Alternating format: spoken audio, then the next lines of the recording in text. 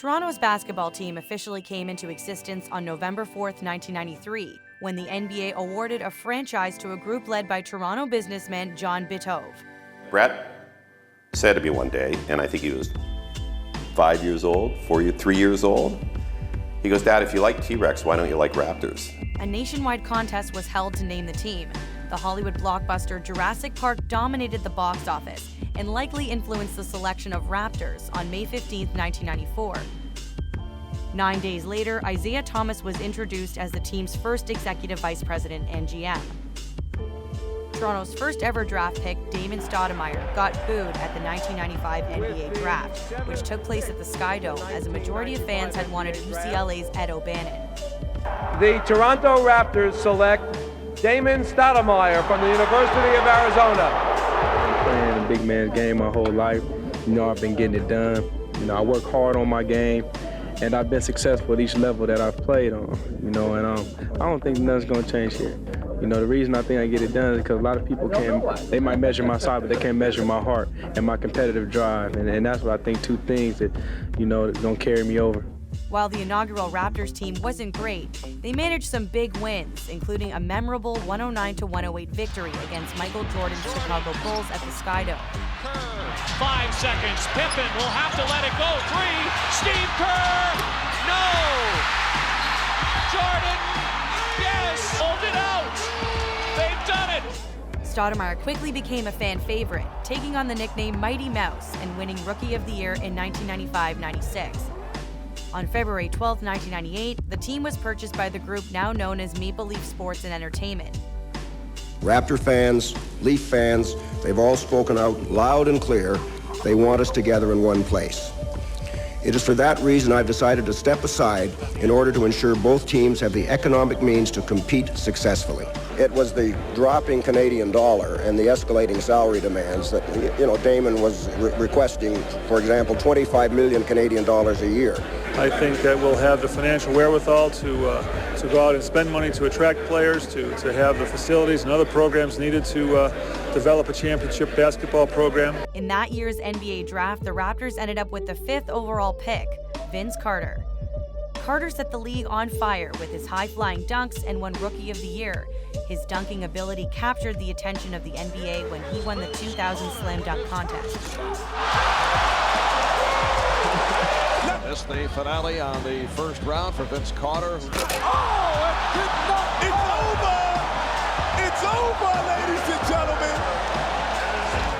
The Raptors qualified for the playoffs for the first time in the 1999-2000 season, but were quickly swept in the first round by the New York Knicks.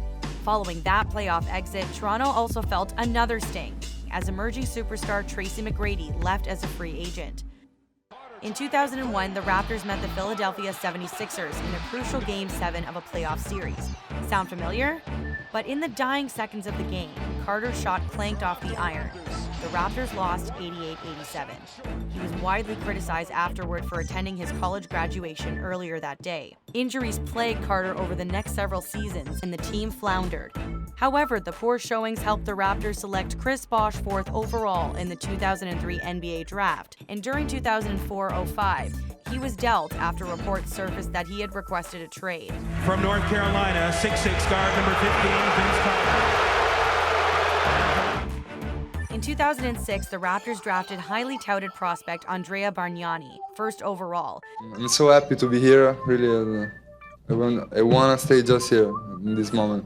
Bargnani would win Rookie of the Year, and along with star Chris Bosh, would lead the club to its first Atlantic Division title. But both the Italian shooter and the team would struggle over the next 5 seasons, never climbing back above 500. At the 2009 entry draft, Toronto selected swingman DeMar with the 9th overall pick. Franchise player Chris Bosh left as a free agent before the 2010-11 season. Deciding to sign with the Miami Heat alongside LeBron James and Dwayne Wade, Toronto only won 22 games that season. Dwayne Casey was hired as the head coach before the 2011 and 2012 season. In the following offseason, then GM Brian Colangelo was able to secure point guard Kyle Lowry. In May of 2013, Masai Ujiri was named Executive Vice President in charge of basketball operations. Under Ujiri, the Raptors would trade Bargnani, a move that would open the door for the duo of DeRozan and Lowry to become the team's leaders. The club qualified for the playoffs in 2013-14 for the first time since 2008, but were unable to get past the first round. Toronto made franchise history in 2015-16 when they made it all the way to the Eastern Conference Finals against Cleveland. But the Cavs ultimately proved to be too much for the Raps, winning in 6 games. First of all, do you hear this? No, they're incredible. Unbelievable respect and much respect to these fans, to this country. This is unbelievable. I've never been a part of something like this in my 13-year career. Ujiri decided to make some difficult changes as Toronto had qualified for the playoffs 5 straight seasons without a trip to the finals, firing Casey as head coach, replacing him with assistant coach Nick Nurse. In some ways, I think the time has come, like sometimes, like these things come to an end. Nothing in particular that Coach Casey did wrong, but I think it was time for this to happen. And then the biggest change of all, the trade of fan-favorite DeMar DeRozan to the San Antonio Spurs that netted the Raptors Kawhi Leonard and Danny Green. The trade was initially met with apprehension from Raptors fans, but after another successful regular season and a playoff run that saw Kawhi hit a winning shot that Vince never did,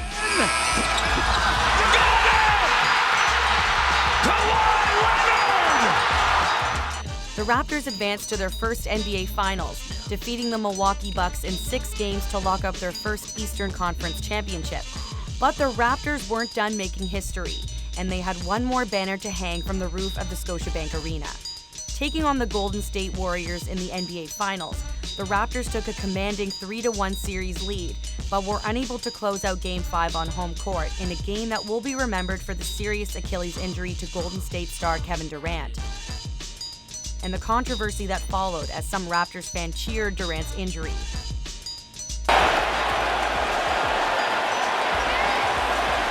And he is headed right back to the locker room. Nevertheless, Toronto would not be denied, and in Game 6 in Oakland, a dream was realized. 114-110. Curry lets it fly.